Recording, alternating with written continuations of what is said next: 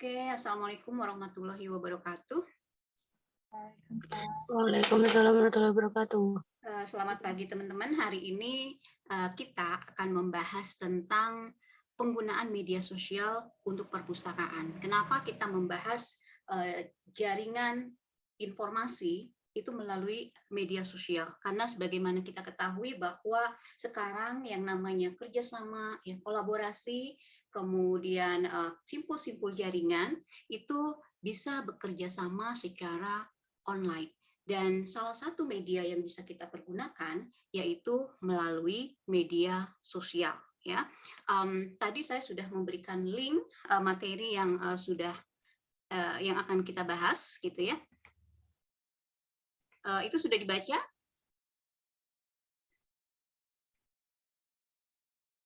Sudah dibaca belum? Halo. Sudah Bu, tapi Sudah belum ya. full. Oke, berarti kalau sudah dibaca ya, kita bisa dengan cepat gitu ya membahas materi ini. Ya.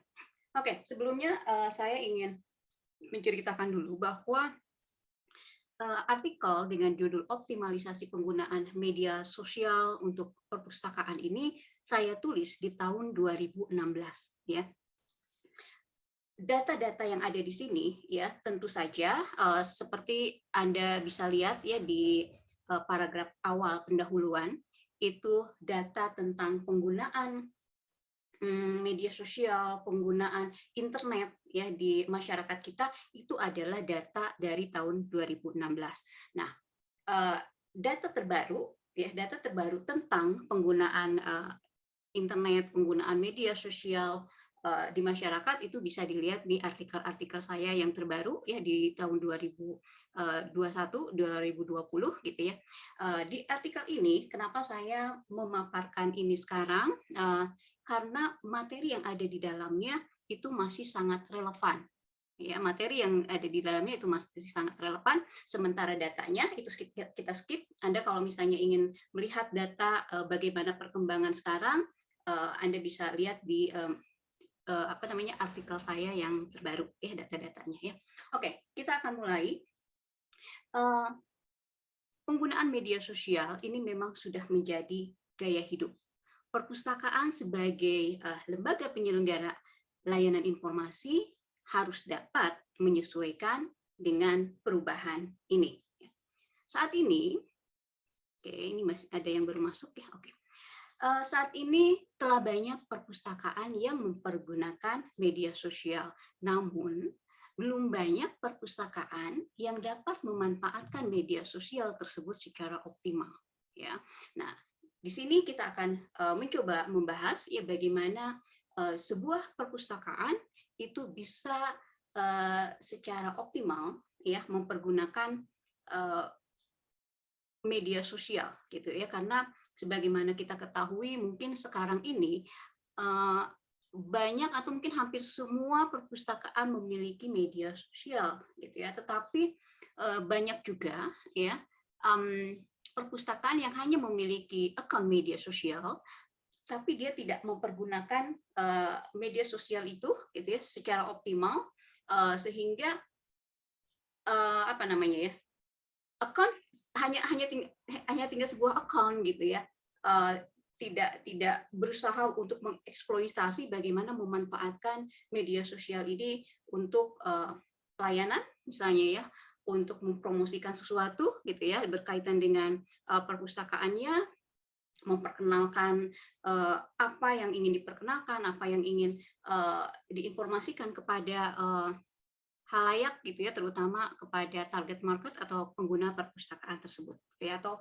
kalau istilah perpustakaan itu pengguna itu disebut dengan pemustaka ya. Oke.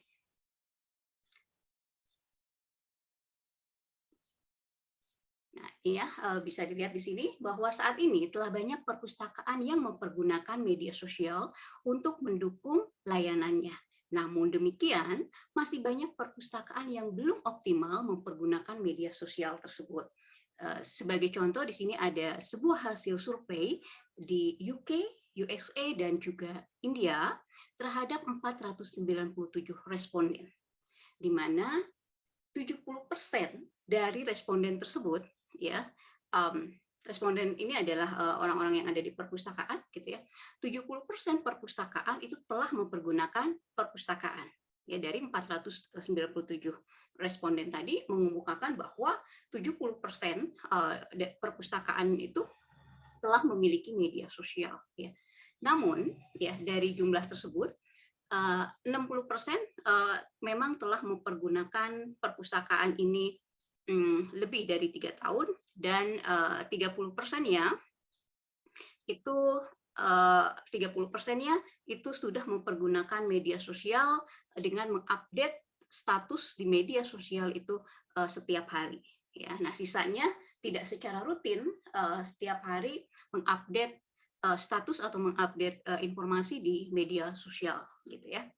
Nah, adapun media sosial yang paling banyak dipergunakan, ini mungkin akan sangat berbeda dengan tahun 2001 ya, pada saat itu yang paling banyak dipergunakan adalah Facebook. Kalau misalnya sekarang di survei lagi, kemungkinan besar ya beralih ke Instagram, ya mungkin besar beralih ke Instagram. Nah, oke, jadi dari data ini kita bisa melihat bahwa sudah banyak perpustakaan yang mempergunakan media sosial sebagai bagian dari layanan yang diberikan kepada pengguna atau pemustaka, namun media sosial ini belum optimal dipergunakan. Banyak perpustakaan yang memiliki akun media sosial, namun tidak disertai dengan pengelolaan yang baik. Ya.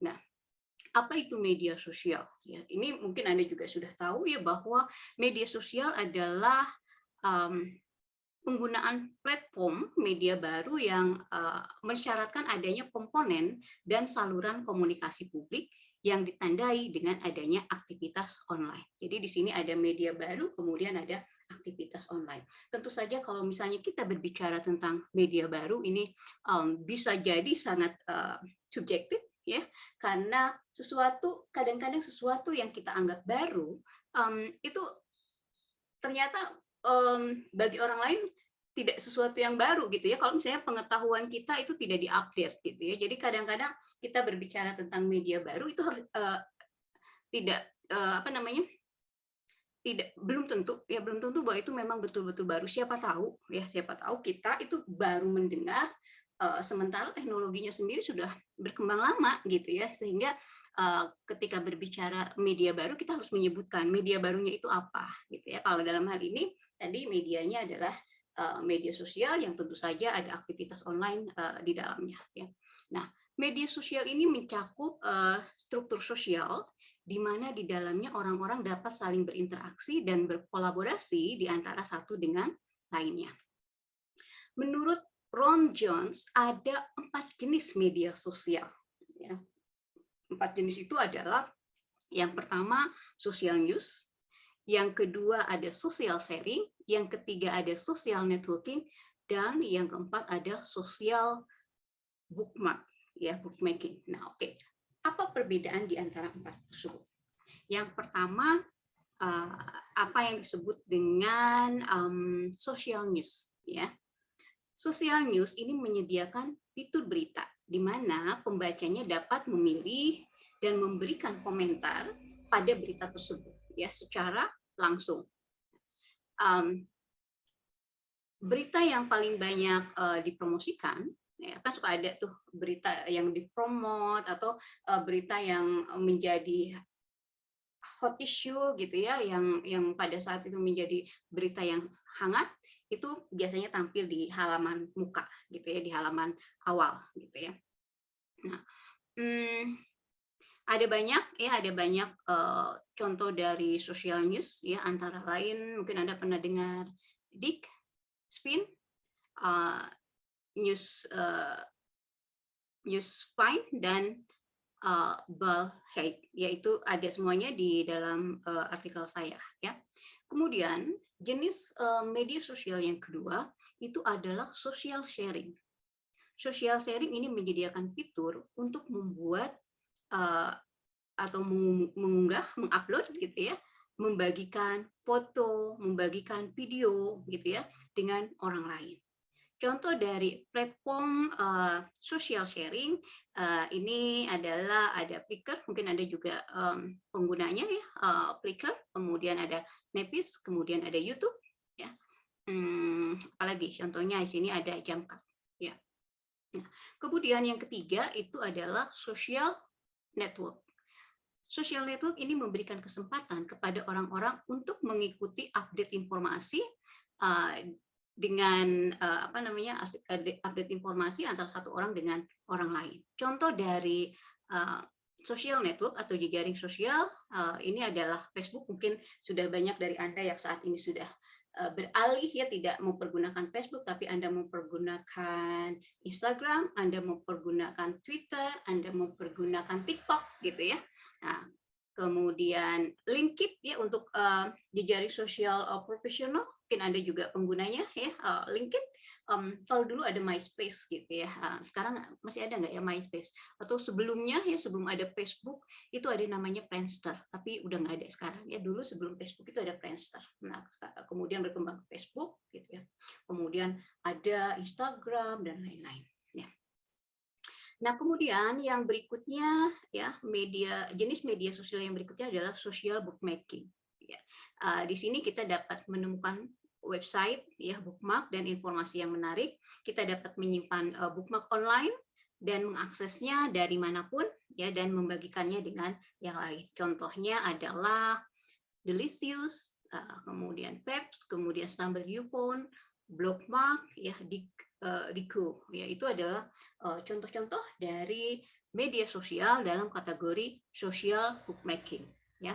Nah, perpustakaan itu sendiri biasanya mempergunakan media sosial sebagai media untuk melakukan promosi ya, misalnya punya koleksi yang baru kemudian dipromosikan di media sosialnya gitu ya, atau mempunyai layanan yang baru dipromosikan, apalagi sekarang ini musim work from home ya, belajar juga dari rumah gitu ya, banyak inovasi layanan dari perpustakaan sehingga masyarakat tidak perlu lagi datang ke perpustakaan gitu ya, ada aksi proaktif dari pihak perpustakaan untuk misalnya melalui GoSend gitu ya, atau mengantarkan langsung ke rumah-rumah gitu ya, ketika ada membersnya yang meminjam ya buku yang misalnya tidak bisa diakses secara online gitu ya. Nah, oke. Ya, namun dengan perkembangan masyarakat digital saat ini, tentu saja gitu ya, kita tidak lepas dari internet, apalagi untuk generasi saat ini, generasi milenial gitu ya, media sosial tampaknya dapat dimanfaatkan lebih dari sekedar untuk mempromosikan layanan atau mempromosikan koleksi yang ada di perpustakaan. Ya. Ini saya mengutip sebuah mungkin joke gitu ya, candaan dari Diki Sukiman, dari chef kreatif dari Panen Maya pada saat itu 2016. Pada saat berbincang-bincang bersama Detiknet, beliau berkelakar bahwa kebutuhan masyarakat sekarang itu sudah bergeser ya. Kalau dulu kebutuhan pokok adalah sandang, pangan, dan papan ya. Tapi sekarang menurut beliau ini sebenarnya hanya candaan gitu ya. Tapi kalau kita telusuri lagi, oh iya benar juga gitu ya. Oke. Jadi sekarang itu bukan lagi sandang, pangan, dan papan, tetapi sandang, pangan, dan chargeran. Coba menurut Anda ini benar nggak? Sandang, pangan, dan chargeran. Benar nggak? Chargeran itu menjadi sebuah kebutuhan pokok sekarang, benar nggak? Halo? Iya, Bu. Iya kan? Ya. Oke, jadi sekarang Anda pasti kemana-mana itu bawa power bank gitu ya. Kalau nggak bawa power bank, mungkin Anda udah deg-degan nih, aduh takut habis nih baterainya, atau udah deh pura-pura kemana dulu gitu ya, kemudian Anda ikutan ngecas gitu ya. Nah gitu ya. Jadi ini sebenarnya sebuah candaan ya. Dan beliau juga lebih lanjut mengemukakan bahwa tantangan hidup saat ini bukan lagi harta, tahta, dan wanita. Mungkin Anda pernah mendengar ya, harta, tahta, dan wanita. Tetapi sekarang kata dia, ini sebenarnya bercanda gitu ya. Harta, tahta, dan kuota. Benar nggak sih? Benar nggak? Harta, Betul, Bu. tahta, dan kuota. Benar? Benar? Betul, Bu. Benar ya. Mungkin Anda lebih baik nggak jajan daripada nggak beli kuota gitu ya. Jadi kelakar ini tentu bukan tanpa alasan ya. Jadi saat ini memang sering kita dengar bahwa kita tidak bisa hidup tanpa internet, merasa stres ketika tidak terhubung dengan internet, misalnya mati listrik sebentar aja, itu udah stres gitu ya. Aduh, ada info apa sih gitu ya? Ada nggak ya yang komen di status saya gitu ya?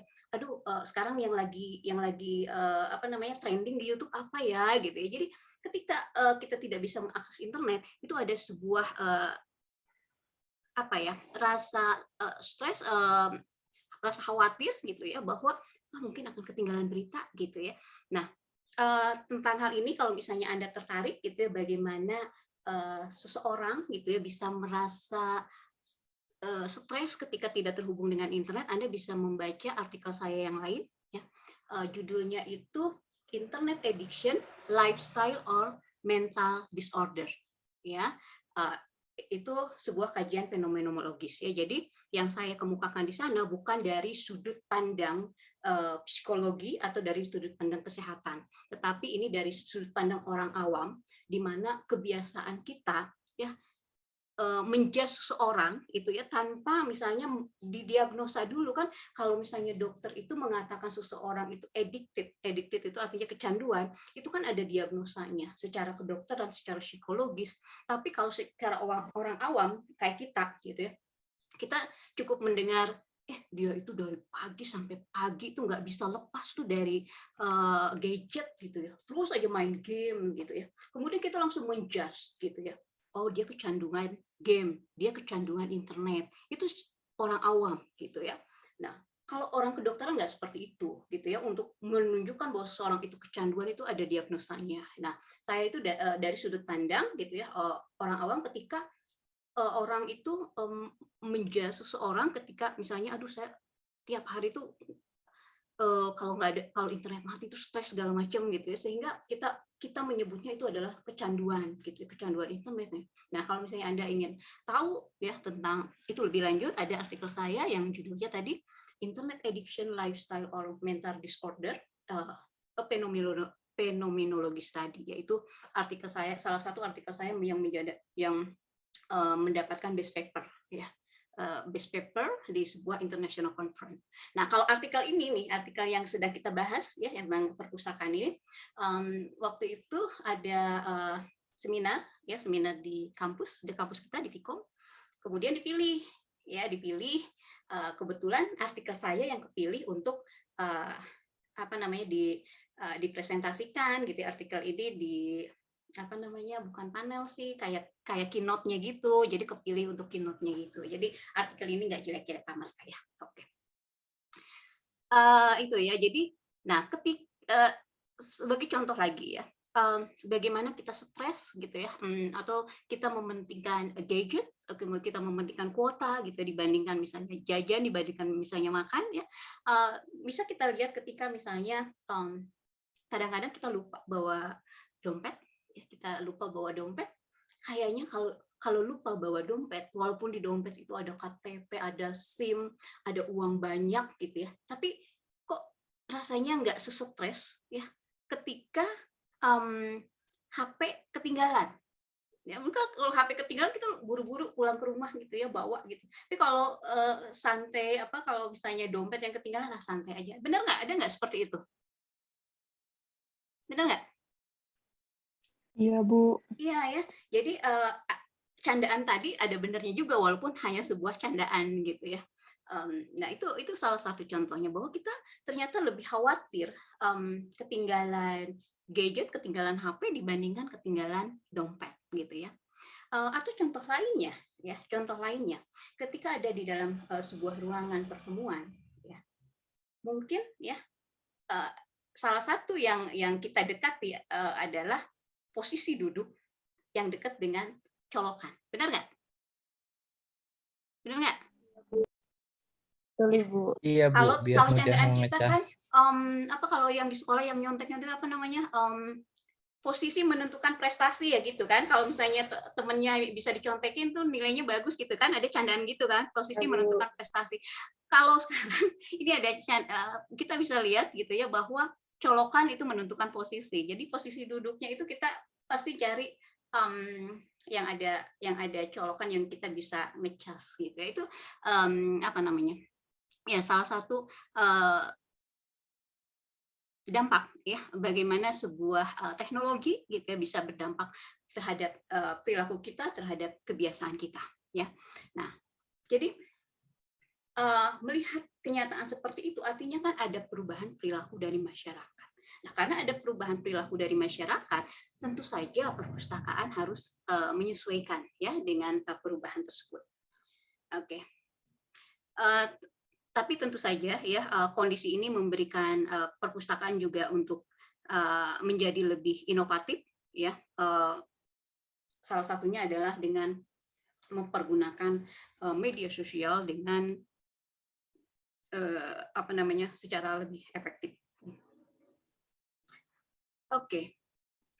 Perpustakaan dapat berinteraksi dengan masyarakat melalui media sosial. Ya. Kemudian perpustakaan juga bisa menyampaikan informasi melalui media sosial. Perpustakaan juga dapat memberikan pendidikan pemakai melalui media sosial, menjawab pertanyaan-pertanyaan hingga mengumpulkan feedback dari masyarakat melalui media sosial. Gitu ya. Jadi fungsi perpustakaan fungsi media sosial bagi perpustakaan tidak hanya sebatas tadi mempromosikan, menginformasikan ya. Ada banyak fungsi yang tadi sudah saya sebutkan ya. Bisa berinteraksi dengan masyarakat secara langsung dua arah gitu ya. Kemudian bisa menyampaikan informasi, memberikan pendidikan pemakai, menjawab pertanyaan hingga mengumpulkan umpan balik dari masyarakat. Dan yang berhubungan dengan mata kuliah kita yaitu bisa bekerja sama dengan perpustakaan lain melalui media sosial ya. Oke, selain itu perpustakaan juga dapat memanfaatkan media sosial untuk mendistribusikan konten berdasarkan jenisnya melalui platform yang sesuai ya. Jadi kalau misalnya Anda sekarang mempergunakan Instagram, Anda mempergunakan TikTok, Anda mempergunakan LinkedIn, itu media sosial tetapi masing-masing mempunyai kekhasan, ya, ciri khas sehingga ketika kita misalnya mengupload sesuatu, mengupdate sebuah status di media-media sosial tersebut, tentu saja akan berbeda ya karena apa namanya tiap media sosial itu mempunyai karakteristik. Nanti di bagian akhir kita akan lihat ya perbedaannya seperti apa. Ya. Oke. Ini juga di artikel ya Anda bisa lihat di situ ada sebuah hasil survei dari Taylor and Francis di UK, USA dan India ya. Bagaimana tujuan perpustakaan mempergunakan media sosial. Ada banyak ya. Antara lain untuk mempromosikan kegiatan, untuk mempromosikan layanan perpustakaan, untuk mempromosikan sumber informasi atau koleksi yang ada di perpustakaan, untuk mengupdate renovasi perpustakaan, mempromosikan pengadaan baru atau akuisisi bahan pustaka, kemudian mempromosikan panduan perpustakaan, panduan pameran, ya, kemudian menghubungi menjadi jembatan penghubung antara misalnya kalau misalnya di kampus itu antara kampus dengan mahasiswa ya, kampus dengan masyarakat sekitar, kemudian tergabung dengan komunitas akademik ya, kemudian terhubung dengan komunitas yang lebih luas untuk pembelajaran jarak jauh ya, kemudian layanan pelanggan yang dapat menampung komplain ya, saran, permintaan dan umpan balik gitu ya, untuk menandai informasi dengan subjek khusus terhubung dengan pelajar yang potensial ya sebagai alat pembelajaran yang mendukung literasi informasi, kemudian untuk mendukung mata pelajaran dan sebagai alat penelitian ya untuk mencari dokumen dan studi resmi. Ini adalah hasil survei ya di UK, kemudian di US dan India. Ya, jadi bagaimana media sosial dipergunakan di perpustakaan di sana. Ya tentu akan sangat berbeda-beda ya. Kalau misalnya Anda mengadakan survei mungkin tidak sama persis seperti ini atau mungkin ada pengembangan-pengembangan lain ya. Itu sangat memungkinkan ya. Oke. Berikutnya ya Anda bisa lihat di artikel tersebut ada beberapa platform media sosial ya yang dapat dipergunakan. Misalnya untuk podcast ya, itu ada podcast maker, ada podcast audio, ada kalau wiki ya, wiki untuk edit dan take secara terbuka untuk kolaborasi ke pengarangan, di situ ada wiki ya, media wiki. Kemudian untuk akses foto, manajemen foto dan citra, kemudian di situ ada Flickr, Slides ya, Joto, kemudian ada ranking website ya, ada Delicious, Blinkist, ada banyak ya. Jadi Anda bisa lihat di artikelnya ya, macam-macam platform media sosial dan bagaimana penggunaannya. Ya, misalnya di sini contoh yang lain apa nih? Nah, untuk pemetaan ya, berbagi peta pribadi ya, ada Wayfaring, ada Paper, ada Hostmap ya. Kalau mungkin Anda ada Sherlock gitu ya. Nah, itu ya. Jadi itu salah satu contoh aja. Jadi lengkapnya bisa dilihat di artikel saya ya. Nah, kemudian misalnya lagi di sini ada jenis-jenis konten yang dapat dibagikan, misalnya untuk brainstorming dan menciptakan infografis, kita bisa mempergunakan Pinterest untuk terhubung ke blog dan menikmati sebuah percakapan ya. Kita bisa terhubung dengan Twitter, namanya juga tweet ya, tweetan gitu ya. Kemudian untuk berbagi foto dan tautan ada banyak ya, Facebook dan lain-lain. Kalau dulu tuh ada juga Google Plus ya, sekarang udah nggak ada ya. Kemudian untuk berbagi video itu ada YouTube ya, kemudian ya ada banyak lah ya, ada banyak. Nah, lalu bagaimana dengan penggunaan platform media sosial di perpustakaan ya? Oke, jadi hasil survei dari Taylor and Francis menunjukkan bahwa Facebook dan Twitter berada di urutan teratas popularitas penggunaan media sosial di perpustakaan, selanjutnya diikuti oleh blog, dulu masih ada Google Plus, kemudian ada Instagram, Pinterest, Academia Edu, Flickr, ResearchGate, ya, SlideShare, dan Snapchat. Sementara itu menurut Mishra ya, kebutuhan perpustakaan pada media sosial, terutama jejaring sosial, adalah yang pertama untuk mengantisipasi timbal balik melalui kontribusi informasi yang berharga dengan harapan seseorang dapat memberikan dan menerima kembali bantuan dan informasi yang bernilai, sharing informasi. Ya, jadi antisipasi adanya sharing informasi, adanya timbal balik memberi dan menerima sebuah informasi. Kemudian untuk meningkatkan pengakuan, di mana individu menginginkan pengakuan atas kontribusi mereka. Ya, jadi kadang-kadang pengakuan ini juga ada dampak positifnya adalah ya bahwa ketika kita mempunyai sebuah ide, ya kemudian kita tuangkan itu di media sosial gitu ya, orang bisa langsung orang bisa langsung mengkritisi. Tetapi ada juga yang yang mempergunakan peningkatan pengakuan secara negatif, artinya karena dia ingin pengakuan bahwa dia itu yang paling up to date ya, dia yang paling cepat mendapatkan informasi, sehingga kadang-kadang tidak dia saring gitu ya. Informasi itu tidak dia saring sehingga informasinya tidak terlalu akurat, kadang-kadang mengirimkan sebuah hoax, dia broadcast semua gitu ya. Nah, ini di sini harus hati-hati ya. Jadi memang salah satu fungsi dari media sosial adalah untuk menunjukkan pengakuan ya atas kontribusi kita, katakanlah di dalam sebuah pemikiran, misalnya ada hot issue apa dan kita punya pemikiran apa dan kita kritisi melalui update media sosial misalnya gitu ya. Dan Anda bisa klaim itu kan dulu saya udah pernah loh ngomong itu di status saya gitu kan. Itu salah satu contoh dari peningkatan pengakuan. Kemudian rasa akan keberhasilan ya, jadi kontributor percaya bahwa mereka memiliki beberapa efek pada lingkungan dan masyarakat ya. Jadi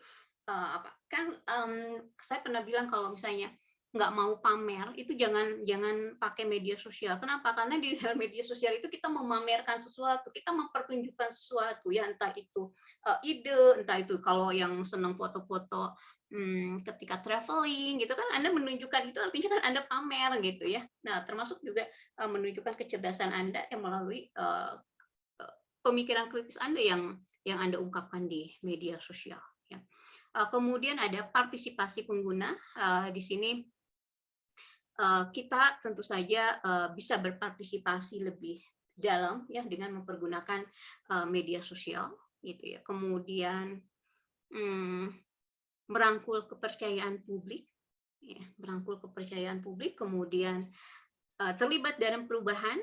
Ya, jadi kita berkontribusi terhadap perubahan, ada inovasi bersama gitu ya. Kemudian ada pergerakan ya, open access kalau di media sosial itu kalau misalnya tidak terhalang dengan hak atas kekayaan intelektual ya, jadi sisi bisnisnya itu bisa untuk publik, Anda bisa mempromot artikel-artikel Anda itu melalui media sosial Anda memperkenalkan bahwa ini adalah tulisan saya, Anda bisa baca langsung di sana. Tapi kalau misalnya close access ya, jadi tidak bisa sembarangan Anda membagikan full text-nya, Anda bisa membagikannya misalnya melalui sedikit prolog gitu ya, pengantar bahwa Anda sudah menulis tentang apa gitu dan selengkapnya bisa dibaca di mana. Anda berikan linknya di situ ya. Oke, kemudian tersedianya multimedia ya, itu kebutuhan perpustakaan pada media sosial ya, terutama jejaring sosial. Nah, untuk memenuhi kebutuhan tersebut ya, Mirsya membagi kegiatan pustakawan di media sosial itu menjadi 3. Ya, jadi menurut Mirsya, kegiatan pustakawan di media sosial bisa dibagi menjadi 3. Yang pertama, untuk mengkomunikasikan informasi. Artinya media sosial itu dijadikan sebagai media komunikasi. Ya. Kemudian untuk mendistribusikan informasi atau mendistribusikan pengetahuan. Ya.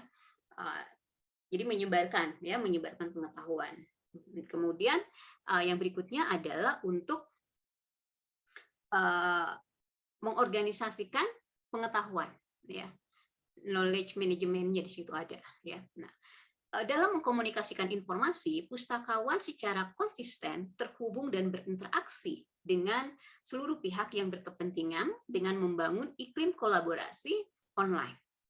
Adapun platform yang dapat dipergunakan ya antara lain adalah Facebook, Twitter, LinkedIn, MySpace, Ning ini bukan nama saya tapi sebuah aplikasi. Kemudian chat messenger ya, seperti WhatsApp, Line dan lain-lain. Ya. Itu media sosial sebagai media komunikasi. Berikutnya media sosial untuk distribusi informasi. Merupakan kegiatan berbagi informasi. Platform yang bisa dipergunakan antara lain Flickr, YouTube, ya, TeacherTube. Ya, TeacherTube ini adalah YouTube untuk guru, orang tua, instruktur perpustakaan. Kemudian ada Second Life, perpustakaan virtual. Kemudian ada Wikipedia, itu untuk kolaborasi pengarangan yang secara terbuka ya, tapi sayang kalau untuk sebagai sumber kutipan di dalam karya ilmiah tidak diperbolehkan karena memang di sana ada beragam orang dan kita tidak tahu kredibilitasnya seperti apa gitu ya, apakah informasinya memang benar-benar valid atau tidak, karena itu orang bisa mengedit semaunya di situ gitu ya. Makanya Wikipedia tidak diperkenankan untuk menjadi salah satu sumber di dalam karya ilmiah ya. Kemudian untuk host wiki bisnis dan pendidikan ada PB Wiki, kemudian ada dokumen sejarah asli itu dengan footnote, kemudian ada community wall untuk geografis, ada slide statistics, ini fungsinya untuk blog ya, Stumble UFO untuk pencarian channel, Digit untuk membuat tour web dan lain-lain. Kemudian untuk pengorganisasian pengetahuan ya didasarkan pada informasi atau pengetahuan yang dapat diakses melalui teknologi media sosial. Platformnya antara lain ada Enobi ya. Enobi itu untuk membantu pencinta buku berbagi review dan rekomendasi buku ya. ada lagi selain Inobi itu ada Goodreads kalau nggak salah. Coba Anda lihat ya Goodreads. Di situ Anda bisa berbagi hasil review atau bisa berbagi juga planning. Misalnya gini, bentar lagi kan tahun 2022 nih. Anda punya planning apa di 2022? Oh, saya mempunyai target di tahun 2022 itu 100 buku yang harus saya baca, gitu ya.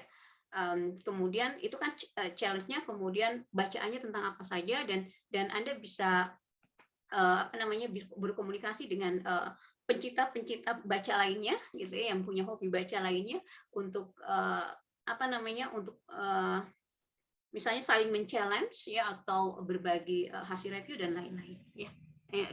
Inobi, kemudian ada tadi Goodreads ya, kemudian ada Delicious. Ya, Delicious merupakan media bookmark yang dapat membantu direktori sesuai kebutuhan.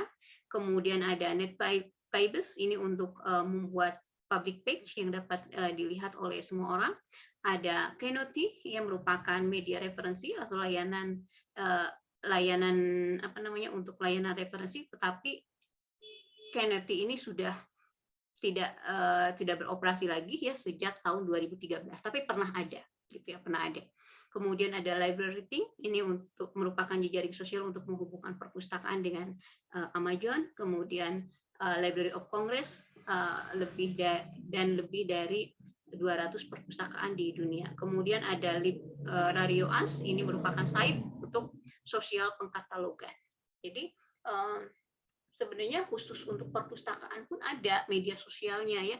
Kalau yang kita pergunakan kan kebanyakan perpustakaan itu mempergunakan media sosial yang umum ya, seperti tadi Facebook, Twitter, Instagram, TikTok. Nggak salah. Kenapa nggak salah? Karena yang namanya pemilihan media itu nggak bisa seenaknya, artinya tidak harus selalu sesuai dengan kebutuhan kita, tapi kita harus lihat gitu ya. Kalau misalnya kita mau pakai sebuah media sosial, apakah members dari perpustakaan kita juga mempergunakan itu atau enggak gitu ya. Kalau misalnya nggak dipergunakan, sayang gitu, nanti kita udah capek gitu ya, update tapi nggak ada yang baca ya, insight-nya nggak ada gitu ya, karena salah pemilihan media sosial. Tapi kalau misalnya Anda ingin gitu ya mempergunakan media sosial yang khusus untuk perpustakaan, tadi ya sudah ada ya, mulai dari Inobi dan lain-lain. Oke, perpustakaan dapat memilih platform media sosial yang sesuai dengan tujuan perpustakaan ya. Kemudian menggunakan media sosial dengan tetap mempertimbangkan target audiens, seperti tadi saya sudah jelaskan. Target audiens kita ini mempergunakan media sosial apa sih gitu ya. Nah, kita harus rangkul itu. Jadi nggak bisa seenaknya kita menentukan tanpa ada riset pasar dulu gitu ya. Oke.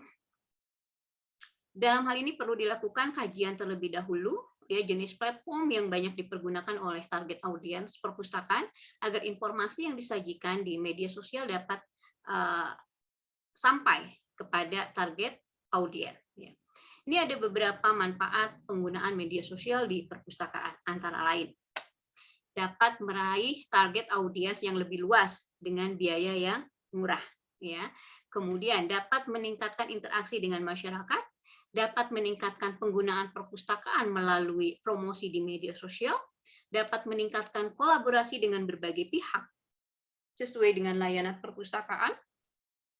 Kemudian layanan perpustakaannya juga bisa lebih kuat, meningkatkan partisipasi masyarakat dalam membangun perpustakaan yang lebih baik, karena ketika kita berada di media sosial itu kan semua orang bisa berkomentar, semua orang bisa memberikan pendapat gitu ya, sehingga kalau misalnya pendapatnya bagus-bagus itu bisa menjadi bahan untuk membangun perpustakaan yang lebih baik. Kemudian untuk menghemat waktu, biaya penyebaran informasi, untuk akses layanan perpustakaan yang lebih luas dan cepat, mendapatkan umpan balik secara lebih cepat, kemudian membantu dalam meningkatkan citra perpustakaan, menjaga reputasi perpustakaan. Optimalisasi penggunaan media sosial di perpustakaan ini tentu saja memerlukan berbagai dukungan ya, antara lain yang pertama harus ada dukungan manajemen. Kenapa harus ada dukungan manajemen? Nah, gini, uh, karakteristik media sosial itu berbeda dengan karakteristik di dunia nyata. Ya, antara lain dari budaya organisasi. Ya, kalau di dunia nyata mungkin antara atasan dengan bawahan itu sangat mungkin sifatnya itu vertikal, ya, atasan bawahan, gitu ya. Tapi di media sosial lebih ke horizontal hubungannya, gitu ya. Mau Anda presiden, mau Anda menteri, gitu ya. Di media sosial itu bisa berkomunikasi layaknya sebagai seorang teman. Gitu. Jadi kalau misalnya Anda sebagai seorang kepala perpustakaan, ya, kalau secara offline kan mungkin Anda bisa push power Anda, gitu ya, kepada bawahan Anda secara apa namanya hierarki, gitu, hierarki. Tapi kalau di media sosial itu lebih ke horizontal, gitu ya, bagaimana kita berkomunikasinya. Nah, karena ada perbedaan tersebut, maka gaya organisasinya juga ya manajemennya juga harus bisa menyesuaikan gitu ya, harus bisa menyesuaikan. Misalnya tadi ya, atasan jadi rasa teman gitu ya, termasuk kalau misalnya Anda lihat gitu ya, orang berkomentar di akun-akun pejabat gitu ya, udah kayak biasa aja gitu ya. Walaupun memang tetap menjaga sopan santun ya dan etika berkomunikasi. Ya. Nah, jadi maksudnya di sini adalah bahwa komunikasi di media sosial itu lebih terbuka, ya, lebih terbuka secara horizontal. Kemudian perubahan budaya organisasi lainnya apa? Jam layanan. Ya, kalau jam layanan offline itu biasanya kita berdasarkan jam kerja. Ya, misalnya dari jam 7 sampai jam 4 atau dari jam 7 sampai jam 3, dari jam 8 sampai jam 4 gitu ya. Itu sesuai dengan jadwal.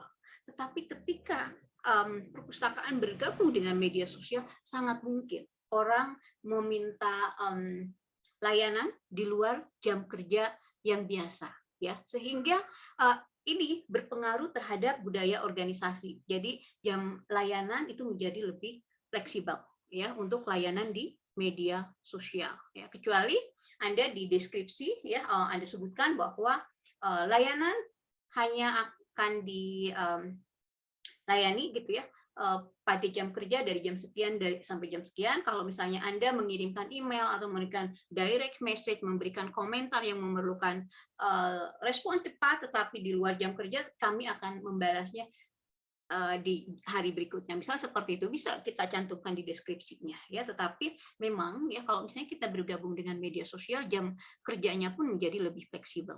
Ya. Kemudian selain dukungan manajemen, yang harus diperhatikan juga adalah kualifikasi pustakawan. Ya. Jadi pemberian layanan melalui media sosial ini memerlukan kemampuan khusus dari pustakawan, ya, terutama admin yang mengelola media sosial antara lain. Ya. Kemampuan memposting sebuah informasi sesuai dengan karakter media sosial yang dipilih. Ya, jadi ketika update status di Facebook tentu akan berbeda dengan update status di Instagram, tentu akan berbeda ketika update status di TikTok gitu ya, kalau misalnya mau pergunakan TikTok dan lain-lain. Ya. Kemudian harus bisa memilih ya informasi apa yang bisa disampaikan kepada publik dan apa yang tidak bisa disampaikan kepada publik. Kemudian bisa berkomunikasi secara intensif dengan follower. Nah ini ya terutama sekali kalau misalnya Anda menjadi admin sebuah lembaga ya, bukan personal. Kalau personal mungkin Anda bisa sedikit cuek dengan follower Anda, kalau ada yang komen biarin aja nggak usah dibales gitu ya. Tapi kalau misalnya Anda sebagai admin dari sebuah perpustakaan, dari sebuah institusi, maka engagement ya, interaksi dengan follower itu harus dijaga. Ya, Anda nggak bisa cuek, ada yang marah-marah tuh gitu ya, apa saya blok aja gitu, nggak bisa seperti itu gitu ya, nggak bisa langsung blok gitu, nggak bisa gitu. Kalau misalnya Anda kalau misalnya gini, head comment, bullying, blok gitu ya, itu udah nggak apa-apa gitu ya, ada pengumumannya head comment, bullying, blok gitu. Tapi artinya ketika Anda menjadi pengelola sebuah media sosial, sebuah lembaga, maka interaksi dengan follower itu harus dijaga. Ya, walaupun followernya cuma bilang selamat pagi Min gitu ya. Anda jawab gitu ya. Selamat pagi juga gitu ya. Jadi kan biasanya admin itu panggilnya Min gitu ya. Selamat pagi Min ya, selamat pagi juga gitu. Walaupun hanya sekedar sapaan gitu ya. Jadi ada komunikasi intensif dengan follower, kemudian memberikan keyakinan kepada follower bahwa informasi yang diposting di sana itu memang informasi yang benar-benar akurat, ya, benar-benar akurat, kemudian informasi yang memang benar-benar terpercaya, kemudian admin media sosial juga harus bisa menjaga reputasi lembaga, reputasi perpustakaan, kemudian harus mempunyai pemahaman terhadap hak cipta. Ya, jangan sampai kita men-share sebuah katakan informasi, ya sebuah konten yang itu sebenarnya nggak bisa di-share secara terbuka, gitu ya, kepada publik. Misalnya gini, untuk lagu, gitu ya, lagu itu kan ada copyright-nya, gitu. Kemudian kan kalau di Instagram ada RAR ya, gitu bisa. Tapi kalau misalnya kita mau update di YouTube, gitu kan, musiknya tuh hati-hati gitu, jangan sampai kena copyright gitu ya. Jadi pemahaman terhadap hak cipta ini menjadi penting untuk pengelola media sosial gitu ya di sebuah lembaga. Kemudian ya karena kita memerlukan kualifikasi tertentu ya untuk pengelolaan media sosial di sebuah perpustakaan atau sebuah lembaga, maka ya harus ada pelatihannya gitu. Jadi nggak bisa seenaknya aja kamu nanti admin ya, harus dilatih dulu dong, harus dikasih tahu harus seperti ini, nggak boleh seperti itu gitu ya. What you do, what you don't gitu ya. Itu harus dikasih tahu. Kemudian berikutnya ya, selain dukungan manajemen, kualifikasi pustakawan yang harus diperhatikan itu adalah orientasi pengguna.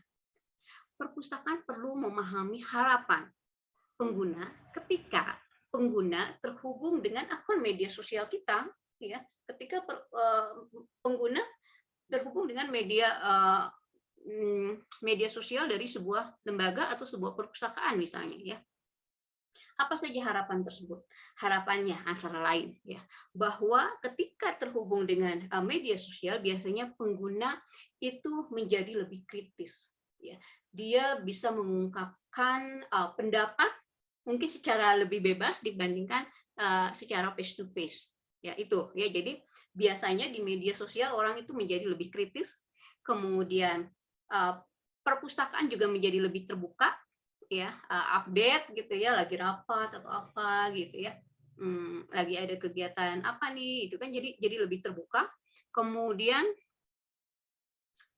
memberikan respon yang cepat ya dibandingkan secara offline ya. Kalau secara online itu karena tadi ya jam kerja menjadi lebih fleksibel, orang biasanya kalau bisa langsung dia reply gitu ya, langsung dibalas gitu ya, nggak nunggu lama-lama. Itu sebagian harapan dari pengguna perpustakaan yang terhubung dengan media sosial sebuah perpustakaan. Ya tadi lebih kritis, lebih terbuka, kemudian perpustakaannya lebih terbuka, kemudian memberikan respon yang lebih cepat ya dibandingkan dengan layanan offline. Kemudian berikutnya ya, selain dukungan manajemen, kualifikasi pustakawan, orientasi pengguna, hal yang harus diperhatikan juga adalah sumber informasi ya. Media sosial mempermudah perpustakaan menyebarkan informasi. Namun demikian, perlu diperhatikan hal-hal yang berkaitan dengan etika penyebaran informasi. Ya, antara lain dengan memperhatikan aspek-aspek yang sifatnya privacy. Ya, contohnya ada orang yang udah telat nih, nggak ngembaliin buku atau dia selalu telat gitu ya. Ya Anda kan harus menjaga privasi orang, jangan langsung di ini aja di status. Ini orang ini gimana sih belum kembali, nggak bisa seperti itu ya, nggak bisa seenaknya ya. Jadi aspek privacy itu harus tetap diperhatikan ya, sopan santun harus diperhatikan. Kemudian hak atas kekayaan intelektual juga harus diperhatikan ya, atau hak cipta. Kemudian ya, apalagi yang harus diperhatikan, aktivitas di media sosial. Banyak perpustakaan memiliki akun media sosial dan banyak juga yang telah memposting informasi secara rutin. Namun, apakah postingan tersebut dibaca atau mendapat respon dari follower? Nah, ini diperlukan strategi ya, agar postingan kita tidak sekedar postingan, tetapi menarik minat follower kita ya, untuk ada saling berinteraksi, membaca, atau memberikan komentar, memberikan jempol ya, memberikan like gitu ya. Nah, ini harus menjadi perhatian ya. Oke.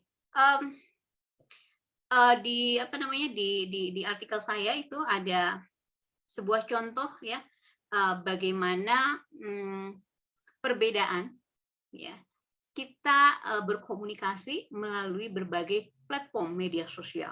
Ya. Bisa dilihat di situ. Ya. Yang pertama, ini contoh ini adalah ketika kita ingin menyampaikan tentang kesukaan kita pada kopi. Ya, saya sendiri sih nggak ngopi. Ya. Ini contoh yang saya ambil dari di sini udah ada ya sumbernya ya. Oke, sumbernya sudah ada ya. Sebagai contoh ya, sebagai contoh. Kalau misalnya di Facebook ya, di Facebook itu bisa status teks, bisa gambar ya. Kita ingin menyampaikan bahwa kita suka, atau saya suka kopi, atau saya suka teh lah ya, karena saya nggak ngopi ya, saya suka teh. Maka saya akan bilang I like tea. Kalau saya suka kopi, I like coffee. Kemudian disertakan gambar kopinya, disertakan gambar tehnya. Ya, itu ketika kita mengupdate status di Facebook misalnya. Lain lagi, ketika kita update status itu di Twitter. Yang perlu diperhatikan di Twitter itu rank space karakternya lebih sedikit ya. Kemudian di Twitter itu ada hashtag ya, ada hashtag. Nah, sehingga kita pakai hashtag nih kalau di Twitter, beda dengan di Facebook ya. Di Twitter kita bilangnya I'm drinking, hashtagnya kopi ya, jadi pakai hashtag ya. Saya minum kopi, saya minum teh, I'm drinking tea gitu ya. Nah, tea, kopi itu pakai hashtag. Beda lagi ketika kita melakukan update status di LinkedIn. Kita tahu bahwa LinkedIn itu adalah media sosial untuk profesional ya, sehingga update-annya nggak seperti tadi, nggak I like coffee, I'm drinking coffee pakai hashtag, nggak seperti itu, tapi menunjukkan kan kalau di di LinkedIn itu menunjukkan kualitas gitu ya, kompetensi ya. Nah, maka untuk maksud yang sama kita bisa mempergunakan redaksional I'm good of drinking coffee. I'm good of drinking tea. Ya, itu contoh ya. Kemudian kalau di YouTube ya, kalau di YouTube itu kan video ya. Kita bisa mempergunakan watch me as I drink coffee, watch me as I drink tea gitu ya. Kemudian videonya dilampirkan link videonya ya. Dan masih banyak lagi, atau misalnya ini untuk Pinterest ya, Pinterest ya, untuk gambar seperti infografis segala macam biasanya ada di Pinterest ya. Saya di situ, here is a collection of picture and recipe of coffee drink ya. Jadi ini adalah kumpulan dari gambar dan juga resep minuman kopi gitu ya. Here is a collection of picture and recipe of coffee drink gitu ya. Ini query Quora itu kayak pertanyaan gitu ya, yang web pertanyaan gitu ya. Kita bisa di situ bisa nulis what is the difference between latte and mochaccino misalnya ya. Oh ya, nggak tahu lah, karena saya nggak ngerti ya. Ini contoh-contoh saja ya. Atau di Instagram ya, kalau di Instagram itu kan kita bisa pasang foto, bisa pasang video singkat gitu ya. Kita bisa bilang di situ, here is a vintage picture of me drinking coffee. Jadi di sini yang dimainkan di sini adalah filter ya, filter dari sebuah foto, filter dari sebuah video ya, dengan filter vintage ya. Makanya di situ, here is a vintage picture of me drinking coffee, here is a vintage picture of me drinking of tea ya. Itu antara lain ya, bagaimana kita melakukan update di beberapa media sosial ya, untuk maksud yang sama tetapi dengan redaksional yang berbeda ya. Oke. Nah, bagaimana pemanfaatan media sosial bagi pegawai negeri ya, aparatur negara gitu ya. Nah, di sini ada pedoman ya, pedoman pemanfaatan media sosial instansi pemerintah yang dikeluarkan oleh Menteri Pendayagunaan Aparatur Negara dan Reformasi Birokrasi (PAN-RB) ya, RI, itu menyebutkan 9 asas penggunaan media sosial. Apa saja asas itu? Yang pertama, informasi yang disampaikan harus faktual, harus dapat diakses dengan mudah dan diketahui oleh siapa saja, kapan saja, di mana saja, mendorong keikutsertaan masyarakat, ya, ada partisipasi dari masyarakat, interaktif, harmonis, etis, kesetaraan antara instansi pemerintah dengan pemangku kepentingan. Ya, tadi kan lebih horizontal dibandingkan vertikal. Kemudian ada profesional dan akuntabel. Ya, ini adalah pedoman tahun 2012 ya. Nah, dengan demikian seluruh instansi pemerintah termasuk perpustakaan yang berada di bawah lembaga pemerintah itu harus berpedoman pada asas yang ditetapkan oleh Menpan RB ya, di dalam mengelola media sosialnya. Oke. Pengelolaan media sosial oleh perpustakaan harus terencana dengan baik. Untuk dapat mempergunakan media sosial dengan optimal, perpustakaan perlu memahami jenis dan karakteristik dari masing-masing media sosial.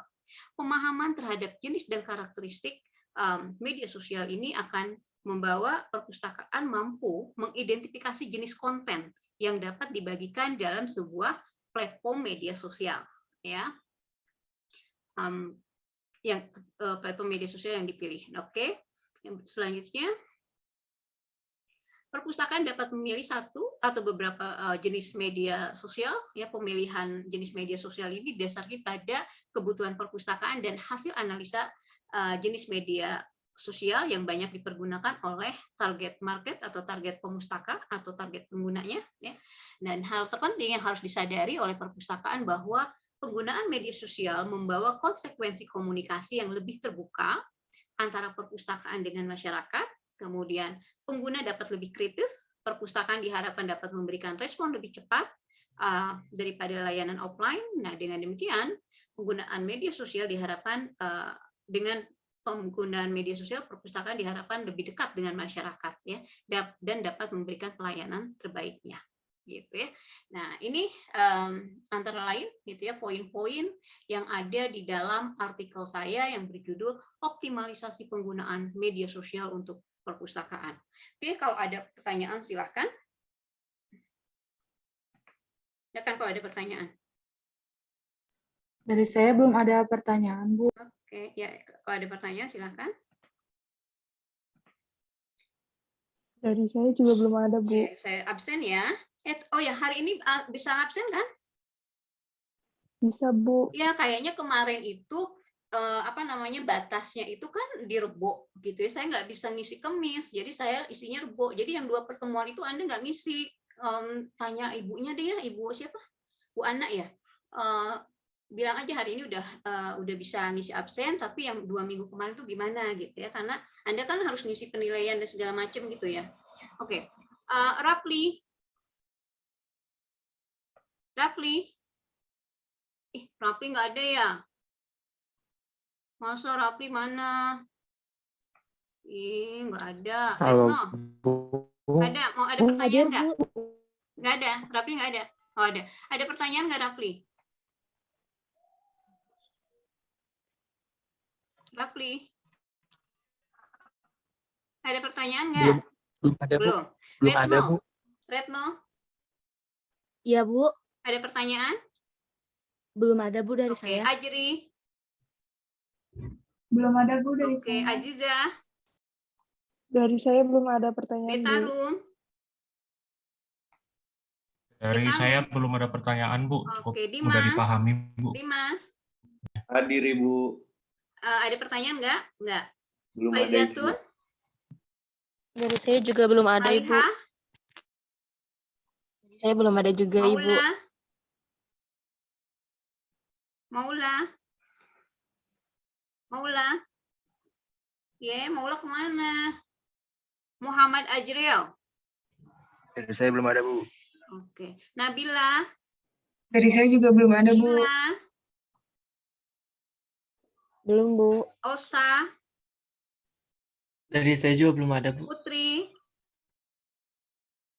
Putri. Dari saya belum ada, Bu. Raifa. Dari saya juga belum ada, Bu. Raja. Raja. Ya, belum ada, Bu. Oh, Raja perempuan. Iya, perempuan, Bu. Oke, maaf saya. Raja, oke ya. Rani. Dari saya belum ada pertanyaan juga, Bu. Belum. Rashid. Dari saya juga belum ada, Bu. Rifki. Dari saya juga belum ada, Ibu. Rizky. Dari saya belum ada, Bu. Rizky ya. Hadir, Ibu. Dari saya belum ada pertanyaan. Salsabila. Dari saya belum ada pertanyaan, Bu. Silvi. Silvi. Dari saya juga belum ada, Bu. Zahra. Belum ada, Bu. Dari saya. Tapi bisa dipahami ya. Iya, Bu. Oke. Bisa, Bu. Oke, kalau sudah bisa dipahami dan belum ada pertanyaan, kita sudahi gitu ya. Kalau ada pertanyaan, Anda bisa sampaikan di Google Classroom ya. Oke, itu aja ya. Ini nanti videonya akan saya upload ya. Oke. Baik, Makasih Bu. banyak. Assalamualaikum. Waalaikumsalam. Terima kasih, Terima Bu. kasih, Bu. Terima kasih, Bu. Oke, udah boleh keluar kok. Saya nyari ini dulu.